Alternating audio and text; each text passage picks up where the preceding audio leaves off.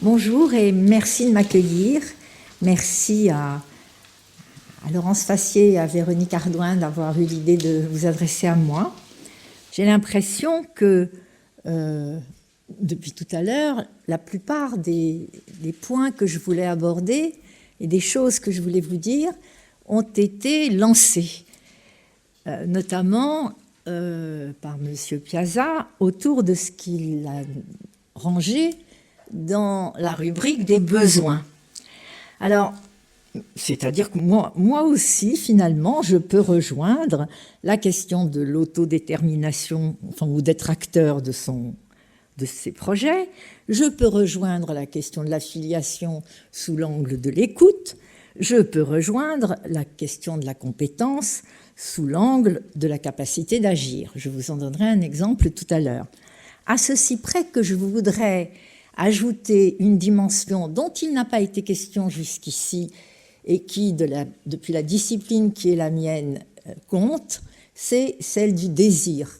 Le besoin, c'est une chose, le désir en est une autre, on ne le maîtrise pas toujours, et il y a toujours un écart entre le besoin et le désir, comme il peut y avoir des écarts entre la satisfaction attendue et la satisfaction obtenue. Alors, je vous remercie de m'avoir sollicité sur l'intelligence collective. Je n'en ai pas une formation particulière. Je me suis un petit peu renseignée. Pour moi, l'intelligence collective devrait permettre de vivre en bonne intelligence, mais on se rend compte qu'aujourd'hui, c'est peut-être un peu utopique. Alors, quelle est-elle, cette intelligence collective ? Elle se déploie, elle s'exerce et elle s'observe dans des groupes restreints comme ceux que vous formez, mais peut-être aussi dans des groupes plus larges, comme je l'ai entendu dans une récente émission de télévision, et même à travers des algorithmes qui sont susceptibles d'enregistrer et de transmettre des éléments de créativité de groupes restreints ou même d'individus. Ma question aujourd'hui, ce sera d'avoir votre avis sur une éventuelle priorité de l'individuel sur le collectif. Est-ce que l'intelligence collective peut être dissociée de l'individuel et comment est-ce que ça s'aborde quand on a un projet qui est comme vous, dans un petit groupe?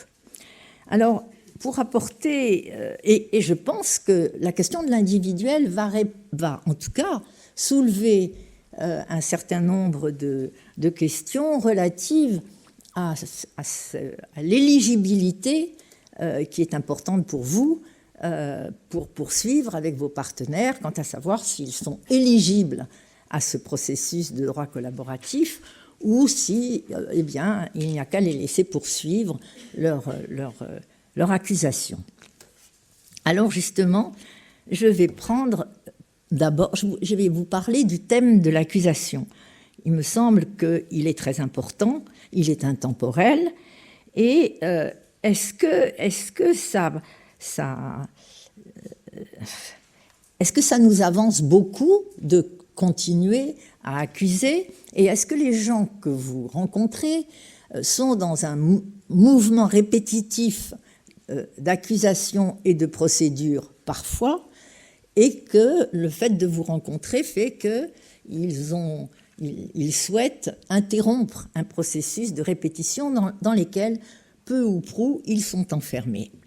Alors, puisque ma discipline, c'est la psychanalyse, et que finalement, j'essaie de vous montrer à la fois les ressemblances et aussi les différences, ou ce qui fait la spécificité, moi, j'aime beaucoup les rencontres interdisciplinaires, parce que, surtout quand elles comportent une partie théorique et une partie pratique, clinique, parce que vous faites aussi de la clinique, j'aime bien qu'on puisse rassembler nos ressemblances et nos différences. Alors, je pense que l'accusation est un thème intemporel, au-delà des pratiques. Et d'ailleurs, en pensant à venir aujourd'hui, je me suis rendu compte que finalement, l'accusation avait été au début de la pratique de Freud. Quand il a commencé à travailler, il y a encore et toujours des violences sexuelles et des abus sexuels sur les enfants. Et donc, il s'est trouvé dans une période où des jeunes filles sont venues et des jeunes femmes sont venues se plaindre à lui et exposer leurs symptômes du fait de violences sexuelles qu'elles avaient subies dans leur famille. Rien de très nouveau, et en même temps pour lui c'était nouveau. Rien de très nouveau, je dis parce que le livre de Vanessa Springora ou le livre de Camille Kouchner sont là pour nous montrer que finalement ça continue et ça ne cesse pas de passionner le monde et la foule, parce que finalement chaque histoire est individuelle, même si elle rejoint un problème collectif. C'est plutôt là que je voulais en venir. Et chez Freud, il y a eu une sorte de... On peut dire la psychanalyse comme ça, l'histoire de la psychanalyse, il y a eu une sorte de retournement de l'accusation, parce qu'il a renoncé à exposer au monde son étiologie, à savoir selon laquelle il fallait accuser les pères de perversion et de malversation sexuelle. Il a renoncé à cette forme d'accusation au moment où son père est mort. Les événements de la vie comptent toujours dans un mouvement qui nous guide, qui peuvent guider vers un psychanalyste, qui peuvent guider vers un avocat. Il y a toujours des événements de la vie. Celui de Freud, c'était la mort de son père, une amitié longue, un autre qui l'accompagnait dans ce moment douloureux, et, comme il le dit lui-même, tout le passé remonta. Et finalement, comment faire sans retrouver ou sans accueillir ou sans discuter avec l'enfant en soi et avec la part d'ombre que cet enfant porte en lui et qui nous accompagne dans tous nos mouvements de vie. La psychanalyse a toujours à faire avec cette part d'ombre, et je crois que dans la vie, nous avons tous à faire avec cette part d'ombre. Moi, je rejoins tout ce qui se dit sur la possibilité de solliciter le bon, le bien chez vos partenaires, mais il faut aussi compter avec la réviviscence d'une part d'ombre qui est articulée à des désirs de haine, de vengeance, et qui ont été théorisés finalement en termes de pulsion. Il y a du pulsionnel, il faut le savoir.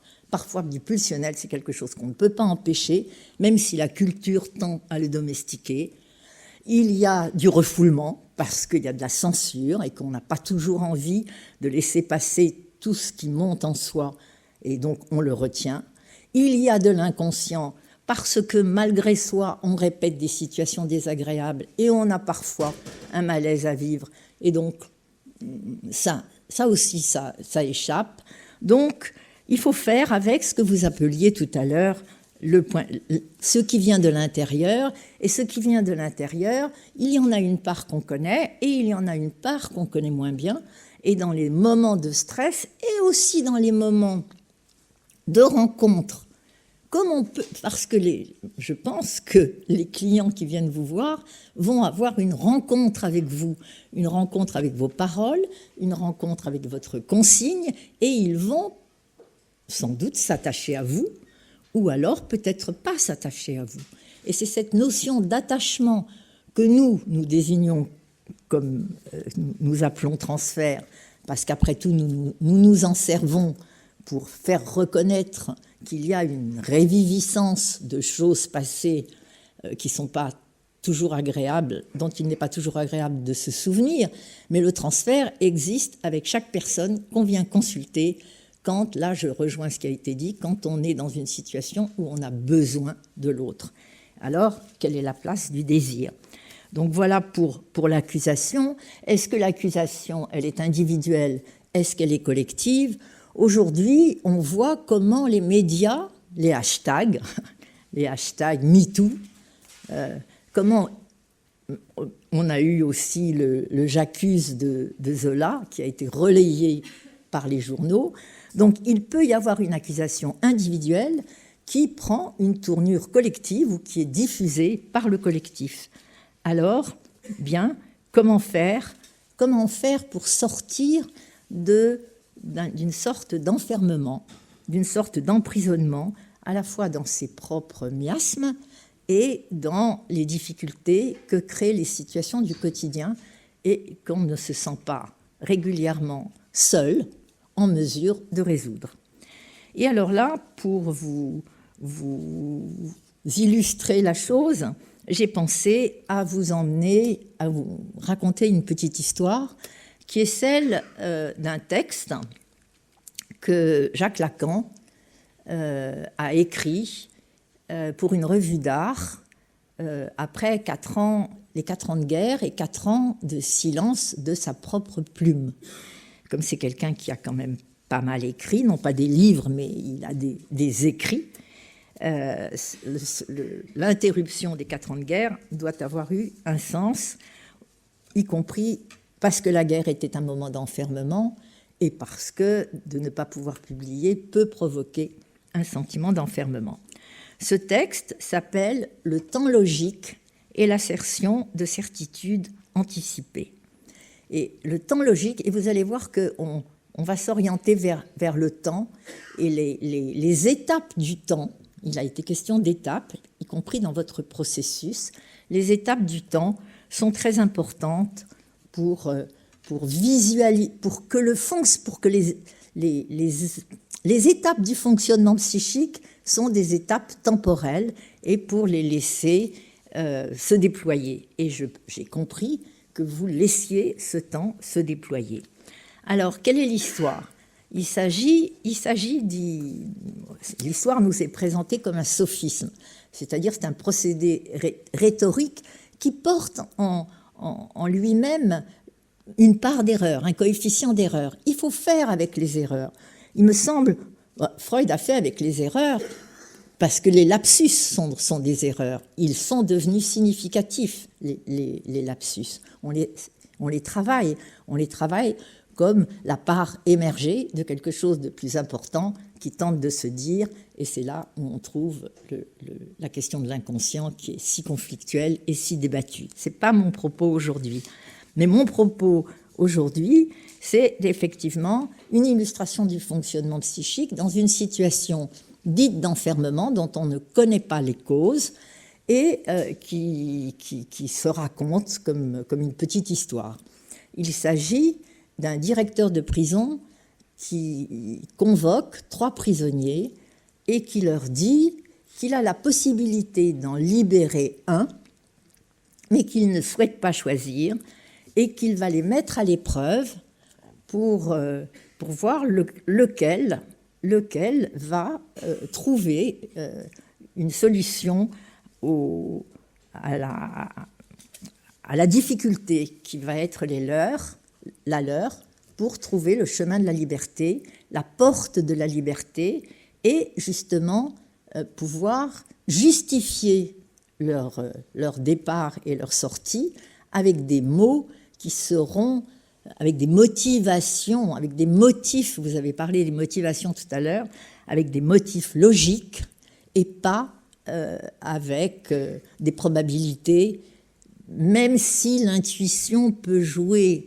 un certain rôle dans le parcours, la probabilité ne sera pas une justification, il y faudra des motifs logiques. Et pour cette consigne, il leur dit aux 3 prisonniers, voilà, je dispose de 3 disques blancs et de 2 disques noirs.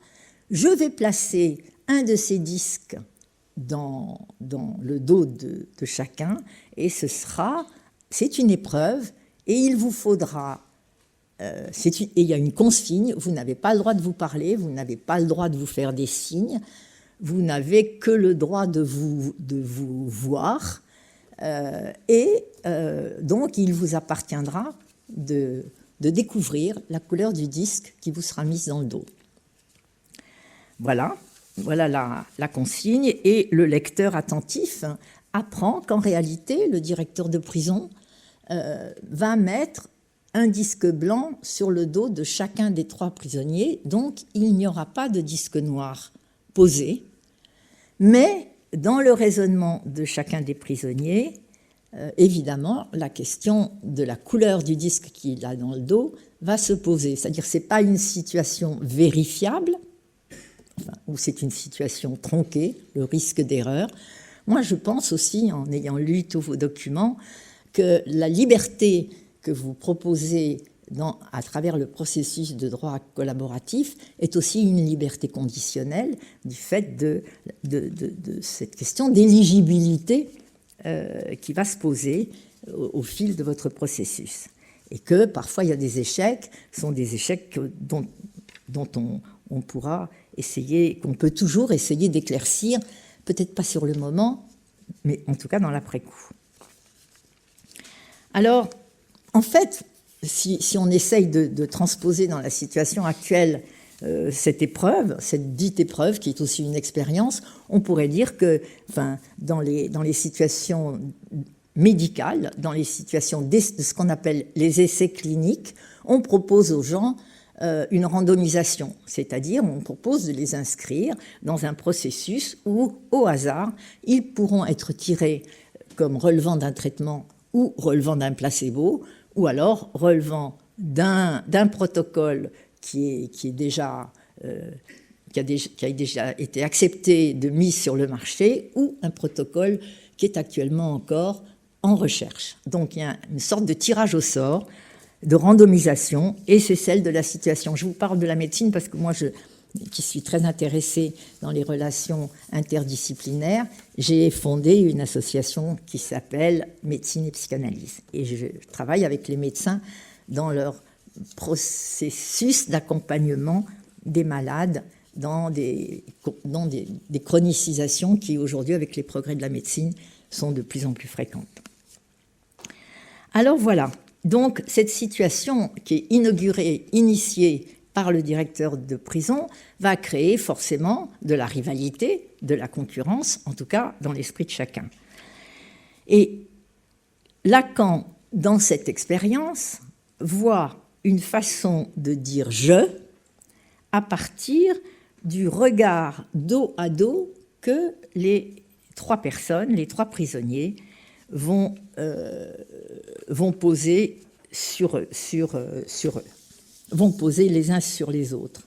Alors, il y ajoute Lacan un adage romain que je trouve intéressant, je n'avais pas pensé les choses dans ce sens-là. Il va dire « tres faciunt collegium ». Et alors, les trois font une collectivité. Mais il précise, mais ça n'est pas une généralité.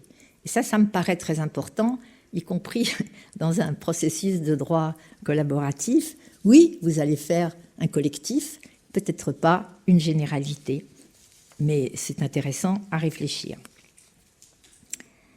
Et la consigne, donc, va peser de tout son poids pour déterminer ce qui va être important dans le fonctionnement psychique, où ce fonctionnement psychique est stimulé par un désir de liberté, de libération. On en est tous là. On a tous envie d'être libérés du poids peut-être d'un conflit, sûrement d'un conflit.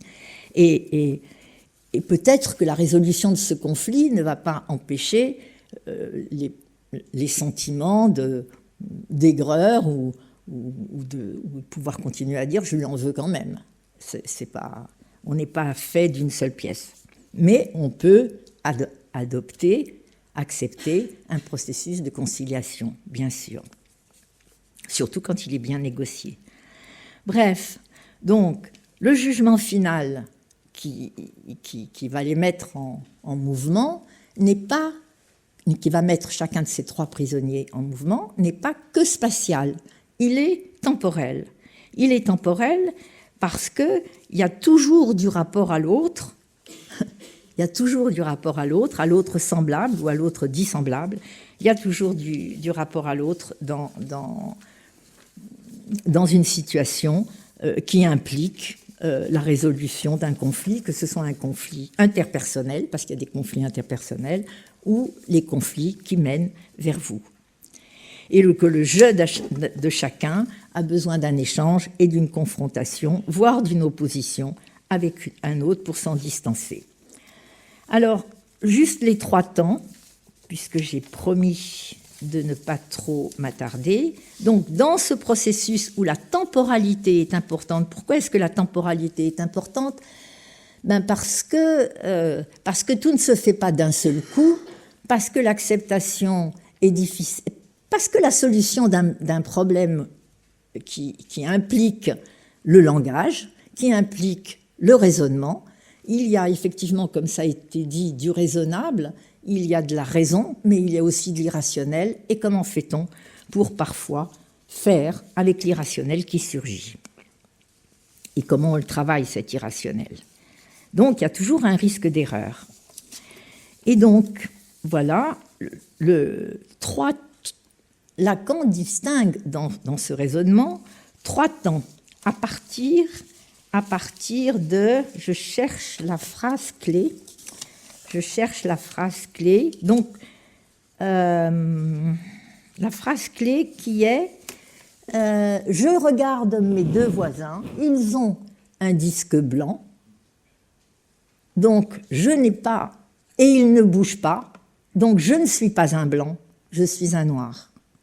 Et le même raisonnement, donc ça s'appelle l'instant du regard, c'est l'instant de la ressemblance et de la différence avec l'autre.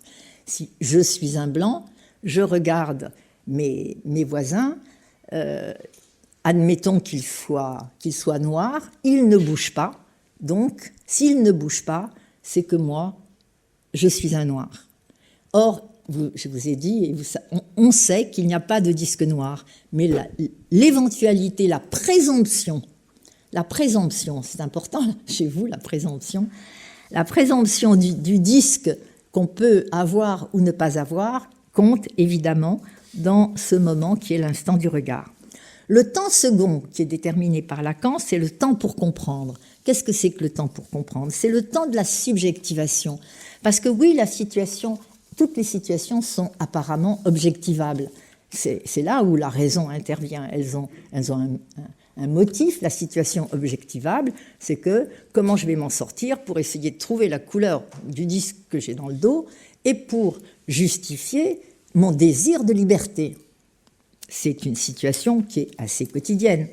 Donc, ça s'appelle le temps pour comprendre, où le jeu intervient. Et quand le jeu intervient, il est ponctué de ce que Lacan appelle des moments de scansion suspensive, où intervient le doute et l'hésitation. C'est un temps d'arrêt. Il faut bien un petit peu de temps pour la réflexion. On appelle ça le temps de la réflexion. Lui, il l'appelle le temps pour comprendre, parce que c'est un temps d'arrêt où, bien naturellement, le doute et l'hésitation peuvent prendre place. Mais dans le moment suivant, quand survient ce qu'il appelle l'assertion de certitude anticipée, on voit que le temps logique n'est pas un temps chronologique, que l'assertion de certitude anticipée anticipe le moment où on va être sûr de soi et où le moment de conclure va s'accompagner de ce que Lacan appelle la fonction de la hâte, mais c'est la hâte pour sortir après des temps qui ont précédé. Et donc, voilà, le moment de conclure, ce sera que chacun des 3 prisonniers aura effectué son raisonnement et il sera devenu évident qu'ils ont chacun un disque blanc dans le dos et les 3 s'avancent vers la sortie. Comment est-ce que, j'en ai presque terminé, comment est-ce que l'autre jour dans nos réunions, j'ai un peu illustré cette histoire d'aphorisme et ce récit de Lacan, je l'ai un peu illustré par une référence au football. J'ai parlé du match qui avait eu lieu entre le Paris Saint-Germain et l'Angleterre, et où Lionel Messi a tiré un but qui me paraissait rassembler un petit peu les 3 temps de cette histoire à laquelle Lacan nous convie.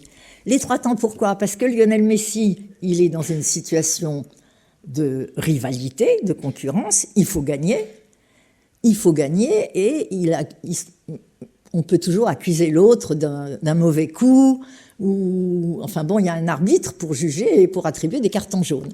Et le but que Lionel Messi a finalement tiré m'a paru un peu exemplaire de cette histoire, parce que au début, enfin, pendant le match, on le voit avec la balle au pied, il est plutôt inactif et il regarde ce qui se passe autour de lui. Et puis, à un moment, il se trouve devant les buts et la défense anglaise, il a le ballon dans les pieds, mais la défense anglaise le pousse pas matériellement, mais le pousse en tout cas, à force de courir avec lui, le pousse à franchir les limites des buts et donc à ne pas pouvoir tirer. Et lui, donc, il est là dans l'instant du regard. Pendant ce temps-là, il comprend, il n'a sûrement pas de doute et d'hésitation, mais pendant ce temps-là, il comprend qu'il peut y avoir une possibilité de dégager la balle du pied gauche vers les buts, et alors que son partenaire anglais, c'est pas son partenaire, c'est son rival anglais, est tout entier concentré pour le pousser en dehors des frontières du but, lui, il tire, et en biais, il va rentrer son but. J'ai trouvé que c'était une illustration de ces trois temps, et que ça pouvait nous replacer dans une situation moins caricaturale et peut-être plus quotidienne. Et la dernière chose que je voudrais vous dire, ce qui est intéressant aussi, c'est que l'attente dont chacun va faire preuve, ça fait place au désir. Bien sûr qu'on a besoin de gagner, bien sûr qu'on a besoin d'être libéré, mais parfois le désir vient en contradiction, et c'est ce désir qu'il est important de pouvoir un peu mieux élucider, d'autant plus que l'attribut, ça c'est Lacan qui le dit, mais je reprends sa phrase, l'attribut que le sujet a sur lui, à savoir le disque qu'il porte dans le dos, cet attribut est ignoré de lui-même. Ce qui veut dire qu'en même temps, on ne sait pas toujours qui on est, on ne connaît pas son attribut. Et comment la situation et le désir va faire en sorte et la réflexion, et le temps pour comprendre, et le moment va préparer le moment de conclure et de dire « oui, ma porte de sortie, c'est vers le processus de droit collaboratif » ou ma porte de sortie, elle est vers la poursuite du contentieux. Voilà, je vous remercie.